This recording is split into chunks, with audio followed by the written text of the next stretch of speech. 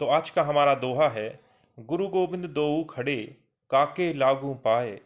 गुरु गोविंद दोऊ खड़े काके लागू पाए, बलिहारी गुरु आपनो गोविंद दियो मिलाए। मित्रों, इस दोहे के माध्यम से कबीरदास जी हमारे जीवन में हमारे गुरुओं की, हमारे शिक्षकों की, हमारे मार्गदर्शकों की महत्वता बता रहे हैं। देखने में तो यह दोहा बहुत सामान्य सा है और हिंदी अनुवाद के तौर पे हम गुरु को एक सम्मान शब्द दे करके छोड़ सकते हैं, लेकिन वास्तव में ये दोहा यदि हम अपने जीवन की सफलताओं और असफलताओं को लेकर के जोड़ें तो हमें बहुत अधिक गहरे अर्थ देता है। यहाँ पर गुरु गोविंद यहाँ पर कबीरदास जी कहते हैं कि यदि आपके समक्ष ईश्वर और आपके शिक्षक, आपके गुरु दोनों खड़े हुए हों और आपको यदि उनको सम्मान देना हो तो आप सबसे पहले किसे सम्मान देंगे, इस बात का निर्णय आप कैसे करेंगे।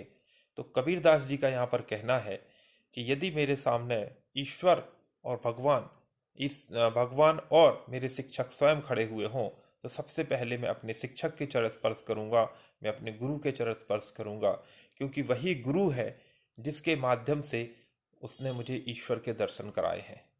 इसलिए गुरु मेरे लिए अधिक सम्माननीय है ईश्वर से ज़्यादा।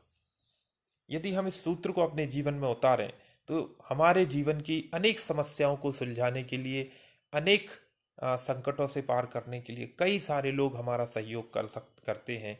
कई सारे लोग हमारी ज़िंदगी, हमारे शिक्षक, हमारे मार्गदर्शक, हमारे गुरु बनकर आते हैं।